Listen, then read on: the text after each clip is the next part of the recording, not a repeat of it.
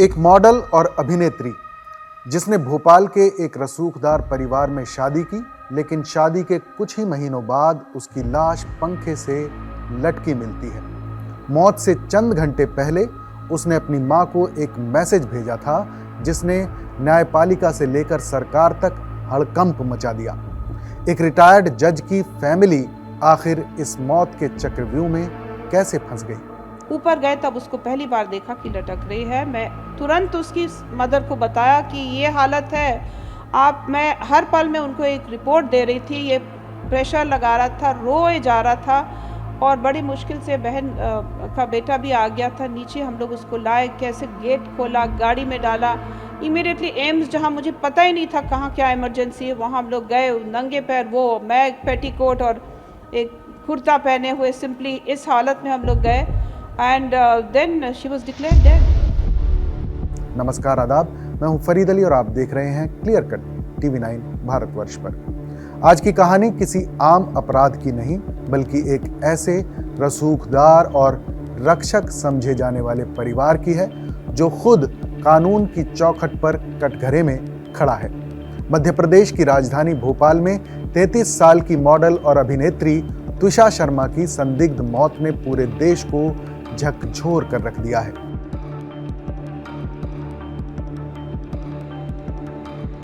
मैं आपको कहना चाहता हूं कि लापरवाही क्यों नहीं होगी। ये एक लोकायुक्त सत्येंद्र सिंह जी का परिवार है सर। इन्हीं के लोग जुडिशरी में बैठे हैं, इन्हीं के लोग सारे सिस्टम में, मेडिकल में भी बैठे हैं। ये पूरा केस अगर आप इसको स्टडी करेंगे तो ये लास्ट तो मुझे लगता है कि नरनुरा के लाई गई थी। त्विषा ने हिंदी फिल्म जरा संभल के और तेलुगु फिल्म मुग्गुरू मोनागुल्लू में काम किया था। त्विषा की शादी दिसंबर 2025 में भोपाल के समृद्ध परिवार के समर्थ सिंह से हुई थी, लेकिन शादी के महज कुछ महीनों बाद 12 मई 2026 को त्विषा का शव उसके ससुराल में फंदे से लटका मिला। इस मामले ने तब तूल पकड़ लिया जब त्विषा की सास, जो खुद एक रिटायर्ड जिला सत्र न्यायाधीश और फिलहाल जिला उपभोक्ता आयोग की अध्यक्ष हैं, उन पर दहेज हत्या का केस दर्ज हुआ। मुख्यमंत्री मोहन यादव ने खुद पीड़ित परिवार से मिलकर मामले की गंभीरता को देखते हुए सीबीआई जांच की सिफारिश करने का भरोसा दिया है। आइए समझते हैं इस हाई प्रोफाइल मौत के पीछे छिपे कानूनी दांवपेच और अभी तक हुई कार्रवाई के बारे में क्लियर करें। व्हाट्सएप चैट के वो आखिरी और विस्फोटक शब्द इस पूरे मामले में सबसे बड़ा और अकाट्य मोड़ तब आया जब पुलिस और मीडिया के हाथ त्विषा और उनकी मां के बीच हुई व्हाट्सएप बातचीत के कुछ बेहद चौंकाने वाले अंश लगे। ये चैट मौत से ठीक कुछ दिन पहले की है, जो साफ बयान करती है कि उस आलीशान घर के भीतर त्विषा किस कदर मानसिक और शारीरिक प्रताड़ना से गुजर रही थी। 7 मई को लिखे एक संदेश में त्विषा ने अपनी मां से गुहार लगाई थी, मां आप मुझे यहां से लेने आ जाओ कल प्लीज। मुझे नहीं लगता कि समर्थ को अब मैं चाहिए हूं। कल सुबह फोन करना। पता नहीं अब मैंने क्या किया। समर्थ ने कहा है कि वो 1 साल से मुझे झेल रहा है। मुझे नहीं समझ आ रहा है मम्मी, मैं करूं तो क्या करूं। आप देख लो, कल या परसों की कोई टिकट मिले तो। डायरेक्ट ट्रेन भी है, आप अकेले ही आना। इसके बाद शनिवार को त्विषा ने अपनी मां को बताया कि उसका पति समर्थ उसके पिता को नीचा दिखाना चाहता है। उसने लिखा, पापा से नाक रगड़वाकर माफी मंगवाना चाहता है। इस पर बेबस मां ने जवाब दिया, पापा मांग लेंगे, सॉरी तो बोल ही देते हैं पापा। लेकिन अपनी गरिमा को बचाने के लिए त्विषा ने लिखा, नहीं, बिल्कुल नहीं, अभी नहीं। वहीं एक दूसरी पुरानी बातचीत में त्विषा ने अपने एक दोस्त को शादी के इस जाल से बचने की सलाह देते हुए लिखा था, मैं फंस चुकी हूं भाई, बस तू मत फंसना। खबरों के मुताबिक मौत से कुछ घंटे पहले त्विषा ने अपनी मां को फोन करके रोते हुए कहा था कि उसका गर्भपात हो गया है और वो अब वहां नहीं रहना चाहती। उसके माता पिता ने 15 मई की टिकट भी बुक करा दी थी, लेकिन वो अपनी बेटी को जिंदा वापस नहीं ला सके। ये मामला इसलिए मध्य प्रदेश में सबसे बड़ा विवाद बन चुका है, क्योंकि इसमें मुख्य आरोपियों में से एक त्विषा की सास गिरिबाला सिंह है। गिरिबाला सिंह कोई आम महिला नहीं है, बल्कि वो एक रिटायर्ड डिस्ट्रिक्ट सेशंस जज हैं और फिलहाल भोपाल के जिला उपभोक्ता विवाद निवारण आयोग की चेयरपर्सन के पद पर तैनात हैं। जो महिला जीवन भर दूसरों को न्याय देती रही, आज उसी के घर में एक बेटी की संदिग्ध मौत हो गई। जो गिरिबाला सिंह है, उनका ये कहना है कि 7 लाख रुपए हमने त्विषा के अकाउंट में 5 महीनों में ट्रांसफ़र किए हैं। अगर हम 2 लाख की डाउरी मांगेंगे तो फिर 7 लाख रुपए कैसे ट्रांसफ़र कर सकते हैं। काउंसलिंग के लिए इसलिए गए थे कि भाई बच्चा क्यों नहीं चाहिए। Any doctor in the right frame, वो तो हॉस्पिटल का भी पर्चा है, she is advised to continue the pregnancy.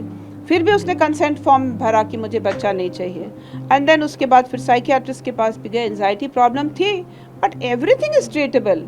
उस ट्रीट करने की दिशा में मैंने उसके मदर को भी बोला, देखो सपोर्ट चाहिए होगा, आप आ जाइए। She didn't come. इस मामले में प्रशासनिक कार्रवाई करते हुए खाद्य, नागरिक आपूर्ति और उपभोक्ता संरक्षण विभाग ने 20 मई 2026 को एक आधिकारिक आदेश जारी करते हुए मध्य प्रदेश राज्य उपभोक्ता विवाद निवारण आयोग के रजिस्ट्रार को नियमों के तहत गिरिबाला सिंह के खिलाफ तत्काल जांच शुरू करने और जल्द से जल्द रिपोर्ट सौंपने का निर्देश दिया है।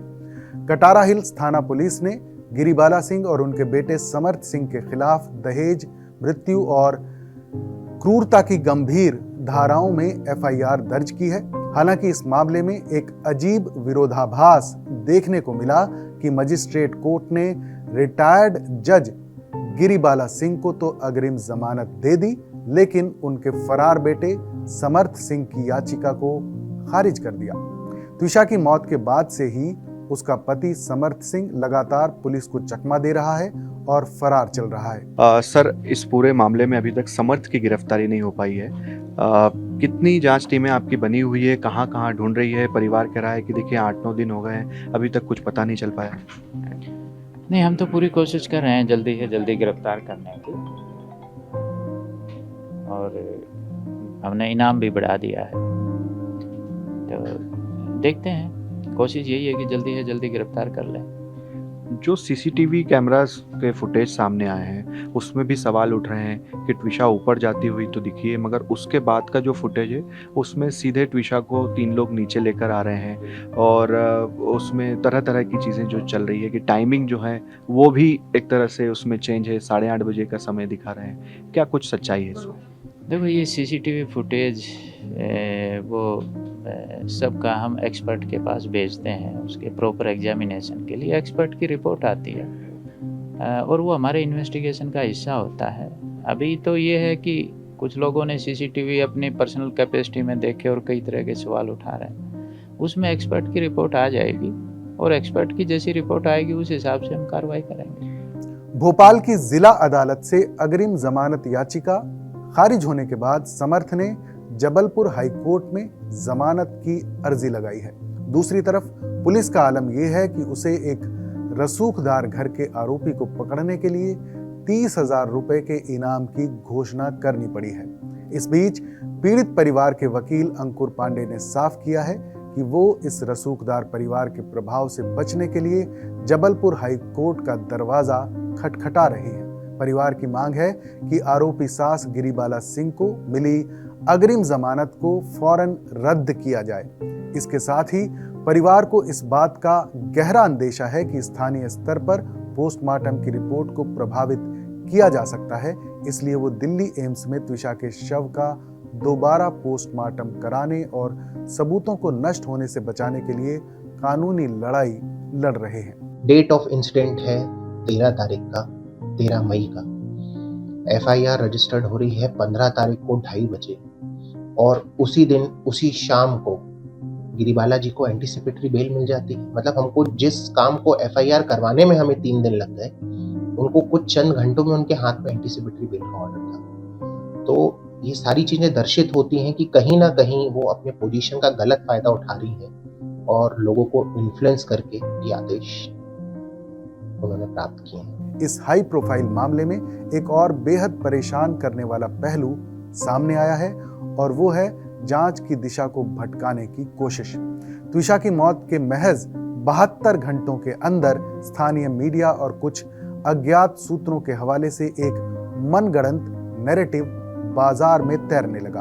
खबरों में दावा किया जाने लगा कि त्विषा का व्यवहार अस्थिर था, वो अवसाद यानी डिप्रेशन की शिकार थी और ड्रग्स लेती थी। चौंकाने वाली बात यह है कि इनमें से एक भी दावे का पुलिस की चार्जशीट या किसी मेडिकल रिपोर्ट में कोई आधार नहीं था। ये दरअसल रसूखदार परिवारों द्वारा अपनी छवि बचाने का एक पुराना तरीका है, जिसे कूटनीतिक भाषा में डैमेज कंट्रोल कहा जाता है। इसके अलावा शुरुआती जांच में पुलिस की लापरवाही भी सामने आई है। खबरों के मुताबिक पड़ोसियों ने घटना की सुबह घर की छत पर एक नायलॉन की रस्सी देखी थी, जिसे पुलिस ने ना तो जब्त किया ना ही सबूत के तौर पर अदालत के सामने पेश किया। ये दिखाता है कि जब आरोपी खुद कानून की बारीकियों को जानने वाला हो तो जांच की शुरुआती कड़ियों को कैसे गायब किया जा सकता है। आमतौर पर जब भी दहेज प्रताड़ना या दहेज हत्या का जिक्र आता है तो हमारे दिमाग में किसी पिछड़े गांव या कम पढ़े लिखे रूढ़िवादी परिवार की तस्वीर उभरती है, लेकिन त्विषा शर्मा का केस इस सामाजिक भ्रम को पूरी तरह से तोड़ देता है। ऐसे बहुत से मामले सामने आते रहे हैं जो साबित करते हैं कि दहेज की लालसा और क्रूरता का शिक्षा या आर्थिक संपन्नता से कोई लेना देना नहीं है। त्विषा का पति हाईली एजुकेटेड है, उसका परिवार अंग्रेजी बोलने वाला, समाज का बेहद प्रतिष्ठित और आर्थिक रूप से मजबूत वर्ग से आता है। शहरी इलाकों में अब दहेज का स्वरूप बदल चुका है। यहाँ मांगे दूल्हे की डिग्री, उसके पद और परिवार के रसूख के आधार पर गिफ्ट के नाम पर तय होती हैं। ये एक बेहद आधुनिक और खतरनाक मानसिक बीमारी है, जहां संपन्न होने के बावजूद लड़के वाले खुद को लड़की के परिवार से श्रेष्ठ और उनके आत्मसम्मान को कुचलने के लिए हकदार समझने लगते हैं। अक्सर लड़की वाले भी अपनी शानो शौकत दिखाने और रुतबा बढ़ाने के लिए बेतुके दहेज की नुमाइश करते हैं, जिससे समाज में एक गलत माहौल को बढ़ावा मिलता है। और ऐसा भी होता है कि जब बात बिगड़ जाए तो दोनों तरफ से बेबुनियाद इल्जामों का सिलसिला शुरू हो जाता है।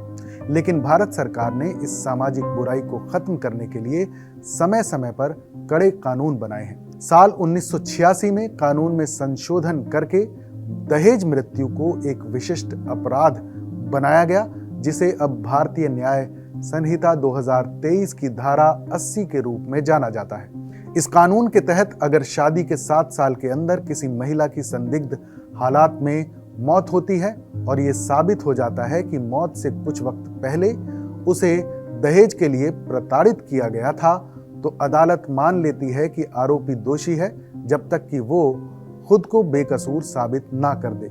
सुप्रीम कोर्ट ने भी शेर सिंह बनाम हरियाणा स्टेट 2015 और राजिंदर सिंह बनाम पंजाब स्टेट 2015 के मामलों में इस कानून की व्याख्या को बेहद सख्त और व्यापक बनाया है।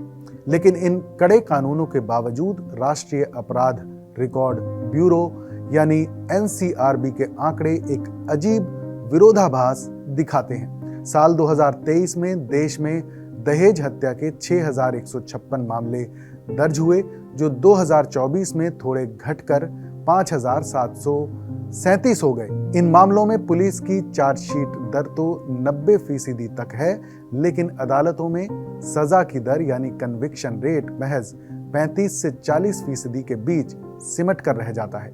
इसका सबसे बड़ा कारण यह है कि अक्सर शुरुआती 48 घंटों में पुलिस रसूखदारों के दबाव में आकर फॉरेंसिक सबूत और कॉल रिकॉर्ड और प्रत्यक्षदर्शियों के बयान दर्ज करने में लापरवाही बरतती है, जिससे मजबूत कानून भी अदालत की दहलीज पर दम तोड़ देता है। वहीं त्विषा शर्मा की मौत हमें ये सोचने पर मजबूर करती है कि आखिर हमारी व्यवस्था में कहाँ कमी रह गई है।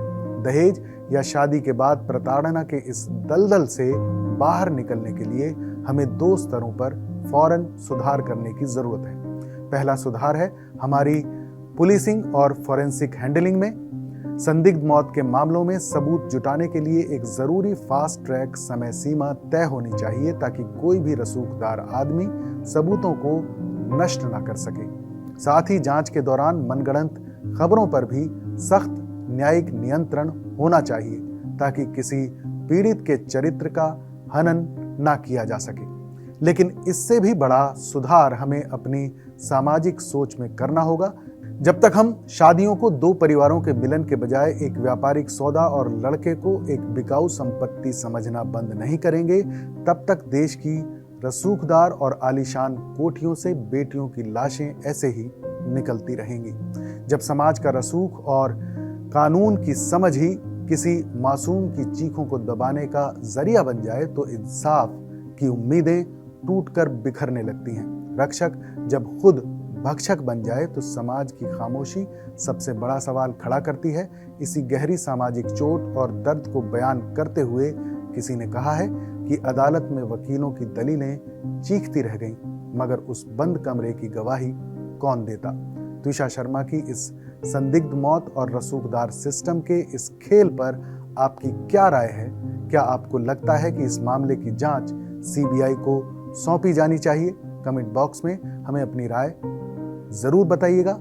मैं हूं फरीद अली और ये था क्लियर कट। देखते रहिए TV9 भारतवर्ष। नमस्कार।